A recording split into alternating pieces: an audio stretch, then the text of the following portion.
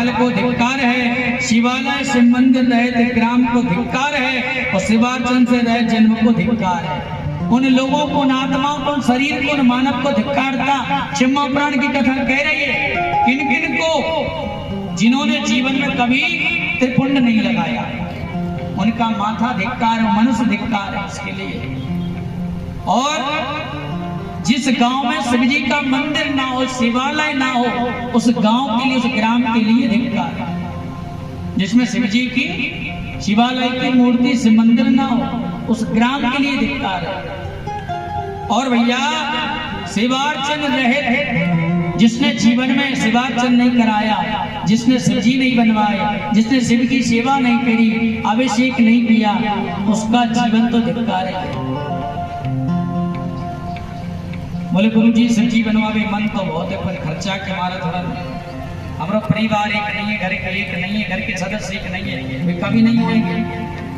गांव एक नहीं है, घर एक नहीं है, तुम तो एक हो, मन बनाओ, पति पत्नी तैयार हो। शिवार्चन छोटी बड़ी मनी 3 प्रकार की पूजा होती है, छोटी भी हो जाती है। शिव जी 3 बनाओ, 50 बनाओ, रुद्री जितनी बन पाओ उतनी बनाओ, पर करो भैया। यदि जीवन में शिव जी कह रहे हैं, भगवान शिव की कथा कह रही है, वो मनुष्य के लिए धिक्कार है जिसके जीवन में शिवार्चन, शिव की भक्ति नहीं है।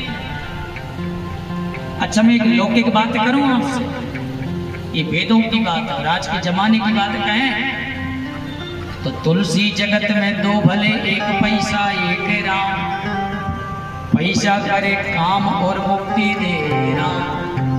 ये शास्त्र कह रहे हैं कि शिव के बिना तो सब दुनिया बेकार है, लेकिन लौकिक दृष्टि से देखा जाए, बोले हमारे धन के बिना लौकिक दृष्टि बेकार है।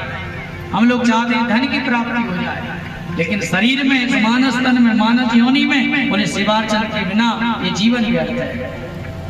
और आप सब माताएं, आप बड़े सौभाग्यशाली हैं कि आप शिव पुराण के सामने बैठी हैं, कथा सन्मुख सुन रही हैं, और टीवी में तो आप सब सुन ही रही हैं।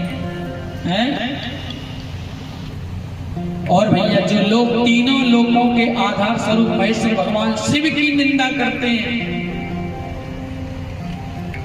क्या कह रहे हैं श्लोक? ये